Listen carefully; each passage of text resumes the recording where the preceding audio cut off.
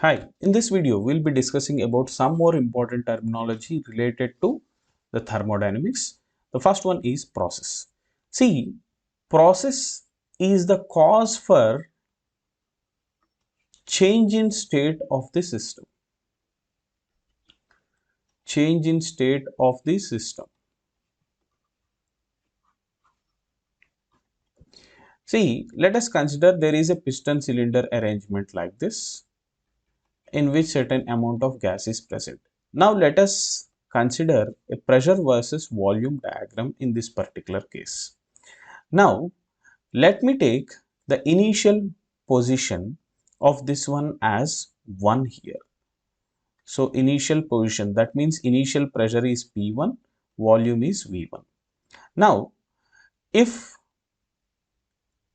the piston is moving inside, then what will happen is the piston will come to a new position like this due to the action of certain amount of external work. So because of that, the pressure changes to P2 and volume changes to V2. Now here, as work is done on the system, the process will be compression process. So therefore, if you consider point 2 will be here, pressure increases and volume decreases because the piston is moving inward. Now, see here, the path followed by this particular substance in order to move from position 1 to position 2, we call this as process. We call this as process. See, these processes are classified into two types. One is a reversible process, second one is irreversible process. Now let us see what is a cycle also. See, cycle, if you consider the vehicles, so which are being used nowadays, so you can observe that these vehicles will be running on some basic cycles. So in these cycles there will be a suction process, then compression, then heat addition, then expansion, then heat rejection, and then exhaust. All these processes will be there. So here when we have talked about the real-time cycles, there are 6 different processes that are taking place, like the suction stroke, then the compression, okay, then after that the expansion, and then you have the exhaust stroke. These are the 4 strokes you have, and in these 4 strokes there will be 6 processes that are taking place. See, cycle is one thing in which even though number of processes are taking place, the initial and final points will be same. Now suppose let us consider that process 1 to 2 has happened like this, 2 to 3 has happened like this, and 3 to 1 process has happened like this. Now, this particular thing, if you observe carefully, the starting point and the finishing point both are same. So, therefore, we can consider this as the cycle. So, in cycle, the number of processes may be 3 or 4 or 5 or even more. Okay, so even though number of processes are taking place, if the initial and final position are same, then we call it as a cycle. Now let us consider the types of process. So when we consider the types of process, there are two different types of process. One is a reversible process, the second one is irreversible process.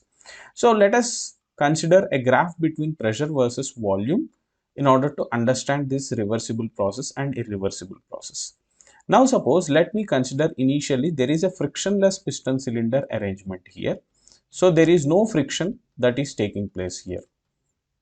Now initially the position is at 1 here, the P1 and volume V1.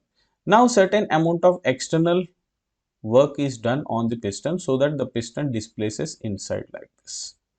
Now during this particular process, the position 2 was obtained. Now process 1 to 2 is the compression process like this. Now suppose let us say that I have removed this external load. Then what will happen? The piston has come back to this original position. See, if the piston comes back to this original position and the pressure and volume will reach the same initial point by following the same path, then we call this process as reversible process.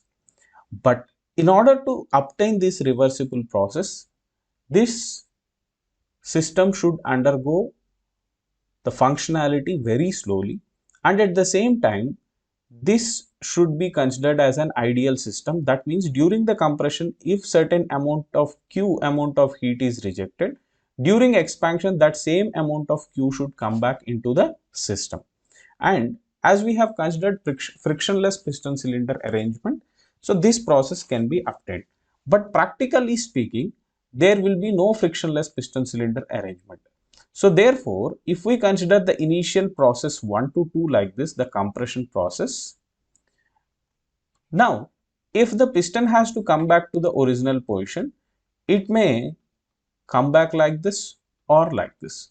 So that means the same initial point cannot be reached because of the irreversibilities. So because of the irreversibilities like the friction, like the hysteresis losses, like the some amount of heat that is released or that is rejected to the surroundings. So because of that, the irreversible process take place. Now try to remember one very important thing here. Reversible processes are represented by using dark lines, whereas irreversible processes are always represented by dotted lines. So whenever you study in thermodynamics, try to remember that if irreversible process has to be represented, or if it is represented in the question or the book with a dotted line, so then you take it as irreversible process. Otherwise, if it is a dark line, you need to consider it as reversible process. So this is about the process and the cycle.